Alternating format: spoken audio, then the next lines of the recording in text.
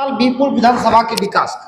बीरपुर विधानसभा में सीपीआई यहाँ से 4 बार विधायक हुई, सीपीआई की विधायक 4 बार, कांग्रेस ने हैट्रिक लगाई, फिर राजद की हैट्रिक, फिर वर्तमान में अभी सुशासन बाबू सरकार के 2 बार से यहाँ विधायक। फिर भी बीरपुर विधानसभा में आज भी हजारों परिवार विस्थापित, कटाव का 10 जिला है, बहुत सारे ऐसे इलाके हैं जहां आज भी सड़कें नहीं है, नाले की व्यवस्था नहीं है। ये कौन सा? देखिए, आपने बड़ा सटीक रखा है प्रश्न। ये सोचने की बात है, ये चिंतन का विषय है कि सबसे हमारा जो क्षेत्र, हम पहले अजीत जी बताया कि हमारे यहाँ सबसे बड़ी समस्या है वो है हमारा जो क्षेत्र है भौगोलिक रूप से उसकी क्या रूपरेखा है, उसको समझनी पड़ेगी। हमारा जैसे हमारे यहाँ बीरपुर विधानसभा अंतर्गत गंगा और कोसी, यहाँ 2 प्रमुख नदियां हैं और दोनों का मैदानी क्षेत्र है। कटाव निश्चित तौर पे है, पलायन उसके कारण है। आप देखें खरीक प्रखंड अंतर्गत आप शुरू करेंगे तो खरीक अंतर्गत जो भी पंचायतें हैं वो गंगा के भी कटाव से पीड़ित है और कोसी के भी कटाव से पीड़ित है।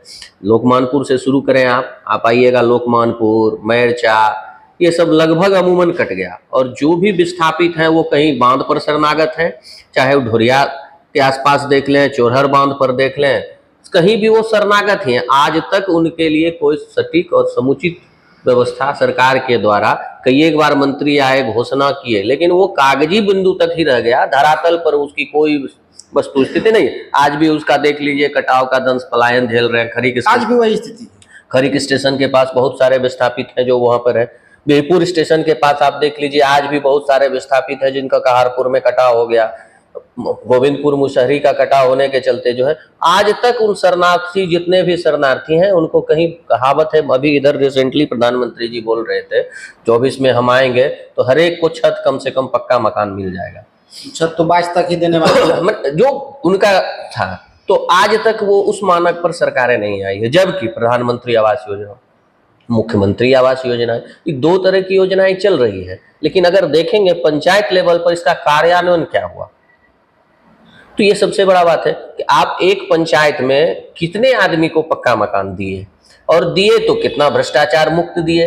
ये सबसे बड़ा मुद्दा है कि अगर आप उसको पैसा सही से नहीं दीजिएगा तो जो महंगाई का रेशियो रह गया है, जो महंगाई की आज व्यवस्था बन गई है, वो मकान बन नहीं पा रहा है। और मकान नहीं बनने के चलते आज भी लोग वहीं के वहीं रह रहे हैं। और पलायन उसके चलते जो जहां से वो लोग पलायन करके कहीं शरणार्थी रह गए हैं, वो सब आज तक विगत 10 वर्षों से वहां पर शरणार्थी है। अभी भी देखेंगे कि हमारे यहाँ जिला में हमारे जिला पदाधिकारी महोदय ने बोला कि भागलपुर सबसे ज्यादा है नंबर ऑफ बाढ़ राहत सुविधा मुहैया कराने में। लेकिन मुझे लगता है आप अहुती का ले लीजिए, बड़ी खाल का मुद्दा ले लीजिए, लोकमानपुर का मुद्दा ले लीजिए, मैरचा का मुद्दा ले लीजिए, कहारपुर का ले लीजिए, यहाँ पर ये तो कोसी से कटाव के कारण जो ये सारी समस्याएं हैं, विभीषिकाएं। लोकमानपुर सीकुंड में तो अस्पताल की व्यवस्था तक नहीं, कुछ नहीं है। आपको सरकार की जो मौलिक रूप से सुविधाएं हैं, सरकार कह रही है कि आपको कम से कम शिक्षा का अधिकार है, आपको कम से कम स्वास्थ्य के उपकेंद्र की भी व्यवस्था है। ये जितने जगह की मैं बात कर रहा हूँ अजीत जी, आप कहीं भी चले जाइए, कहीं भी धरातल पर आपको कहीं भी एक सीएचसी तो दूर गए, पीएचसी तो दूर गए, एक प्राथमिक स्वास्थ्य केंद्र भी नहीं है। नहीं, अभी भी नहीं है। प्राथमिक शिक्षा की व्यवस्था नहीं है। आप देख लीजिए कहारपुर में जो विद्यालय का कटा हुआ है, हम अपने सदन से भी उसके लिए मांग रखते थे कि यहाँ पर विद्यालय का निर्माण हो।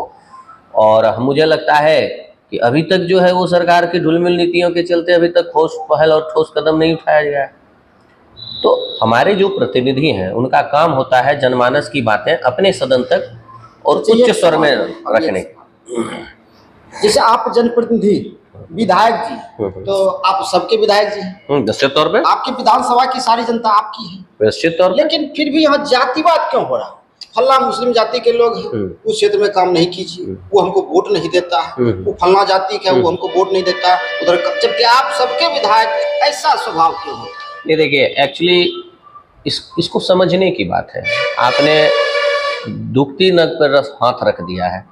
सबसे बड़ी बात क्या है इसमें, आज के समय में जो कहते हैं, कोई भी जो सुशासन बाबू की बात कर रहे हैं आप, अगर विगत एक कार्यकाल को छोड़ दिया जाए तो 10 वर्ष की उपलब्धि क्या है, उसको समीक्षा करने की बात है। और जनता को निश्चित तौर पर इस पर सोचना चाहिए। समीक्षा का समय है, क्योंकि चुनाव में चयन होना है, और चयन किस बातों पे होना है।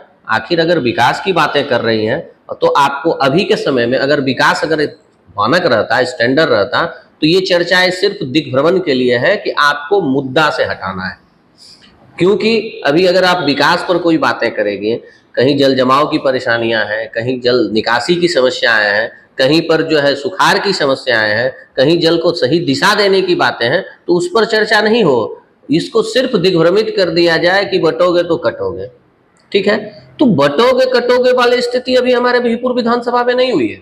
यानी किसी न किसी तरह की राजनीति करके, विवाद पैदा करके वोट हासिल करना, मुख्य रूप से जनता के मुद्दों को बरगलाने और उसको अलग दिशा देने का कार्य चल रहा है। जबकि होना क्या चाहिए, कोई भी प्रतिनिधि चुनाव तक ही अगर किसी दल के रहते हैं, चुनाव के बाद जो भी प्रतिनिधि जीत जाते हैं वो समाज के हो जाते हैं, और सामाजिक बिंदुओं पर अगर आप उसको पाएंगे तो आपको लगेगा कि अभी भी जो है कमोबेश वस्तु स्थितियां, लोगों को विकास से मतलब नहीं है, अभी भी सिर्फ ध्रुवीकरण से मतलब है, पोलराइजेशन से मतलब है, ह्यूमिलेशन से मतलब है, ना कि विकासवाद से मतलब है। हम कहते हैं दिखावा और होना।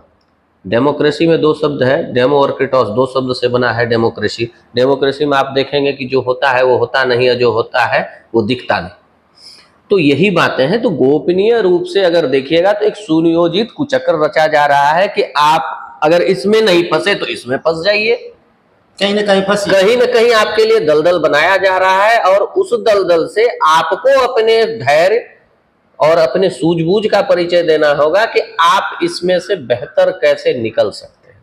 जो परिस्थितियां हैं, काम पे चर्चाएं कम होगी। हम कहते हैं नारायणपुर हो कि बिहपुर हो कि खरीक हो, तीनों प्रखंड को ले लिया जाए, बिहपुर में सब जगह अभी भी CHC तक ही व्यवस्थाएं हैं।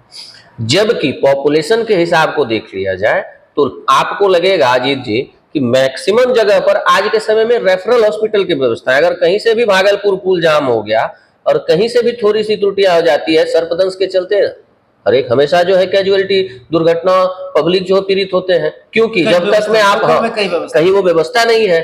और अनुमंडलीय अस्पताल जो है वहां पर भी आप देख लेंगे तो नाम के सिर्फ इंफ्रास्ट्रक्चर। अभी देखिए भागलपुर में अभी, जबकि भागलपुर को एम्स मिलना चाहिए, क्योंकि ये 8 जिला से और कम से कम सीमावर्ती अन्य राज्यों से भी घिरा हुआ जिला है, वहां के भी पेशेंट आते हैं यहाँ पर। तो आप पाएंगे कि अभी भी जो है सुपर स्पेशलिटी वार्ड की व्यवस्था, यानी एक व्यवस्था सिर्फ इंफ्रास्ट्रक्चर में दे दिया गया है, लेकिन धरातल पर वो सुविधाएं पब्लिक को मिला है क्या?